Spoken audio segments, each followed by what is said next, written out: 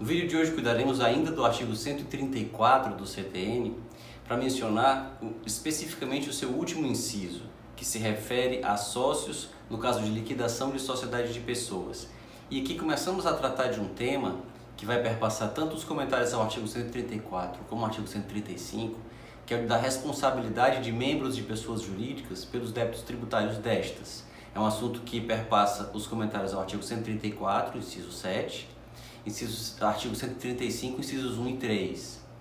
Então, em relação ao artigo 134, podemos já começar enunciando ou explicitando que não é qualquer sócio que responde em qualquer hipótese por qualquer débito tributário de uma pessoa jurídica.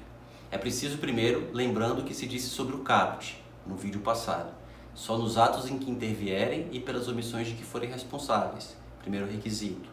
O segundo, é preciso que não seja mais possível cobrar o tributo do próprio contribuinte, ou seja, apesar do que dispõe propriamente o caput do artigo 134, a responsabilidade é subsidiária.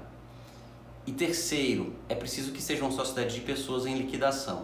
Então, digamos que durante a liquidação de uma sociedade de pessoas, os sócios não cumpriram o que dispõe a legislação empresarial privada a respeito de como deve acontecer essa liquidação. Ou seja, deu-se uma liquidação irregular da pessoa jurídica. Então, nesses casos, os sócios que faltaram para com seus deveres em relação a essa liquidação, eles poderão responder nos atos que intervierem pelas omissões de que forem responsáveis, caso não se possa cobrar da pessoa jurídica. É sempre importante lembrar isso, lembrar, por exemplo, o que se disse sobre o síndico da massa falida. A massa falida, por definição, tem mais débitos do que patrimônio para solvê-los. Então, a massa falida muito provavelmente não terá patrimônio para pagar todos os seus tributos. E o síndico não responderá por isso. Ele responderá nos atos em que intervier e pelas omissões de que for responsável. Se ele descumprir os seus deveres de síndico, por exemplo, desviando os valores da pessoa jurídica falida, da entidade falida, para outros fins, ainda que sem proveito próprio, ainda que sem dolo, mas se ele primeiro paga débitos que não preferiam ao tributário e depois falta dinheiro para pagar o tributário, ele pode responder. Mas se ele age regularmente como síndico e o dinheiro apenas não é suficiente, ele não responde. A mesma lógica se aplica aos sócios. Então, o sócio de uma sociedade de pessoa que liquide regularmente a pessoa jurídica e, ao fazê-lo, não haja patrimônio para solver todas as suas dívidas, mas ele não tenha praticado nenhum ato irregular, não se pode imputar a ele responsabilidade. Isso vai ficar mais claro quando se comentar mais à frente o artigo 135 do Código Tributário Nacional. Mas, de logo, é importante lembrar que, de acordo com o Supremo Tribunal Federal, não se pode, de maneira discriminada, responsabilizar sócios por débitos de pessoas jurídicas sem que se possa imputar pessoalmente a esses sócios atos indevidos que tenham levado ao inadimplemento, ou que tenham levado a que essa dívida não seja satisfeita, e que sejam imputáveis ao sócio enquanto pessoa natural e não à pessoa jurídica por eles representada. O Supremo decidiu isso em relação a um dispositivo da legislação previdenciária que atribuía a todos os sócios de sociedades limitadas a responsabilidade solidária por todos os débitos dessas sociedades em relação a contribuições previdenciárias. E o STF entendeu que esse dispositivo é inconstitucional, não só formalmente, por invadir matéria reservada à lei complementar, impactando os artigos do CTN que dispõem sobre isso, sobretudo o 134 e o 135, que são incompatíveis com essa disposição. E o artigo 128, quando se refere à responsabilidade, ele diz que a lei pode atribuir responsabilidade a terceiros, mas sem prejuízo do disposto nesse capítulo. Então, a lei não pode, ao tratar de hipóteses de responsabilidade tributária, atropelar o que dispõe já o próprio Código Tributário, por exemplo, nos artigos 134 e 135. Então, por isso o Supremo disse que é formalmente inconstitucional essa disposição da legislação previdenciária que atribui essa responsabilidade.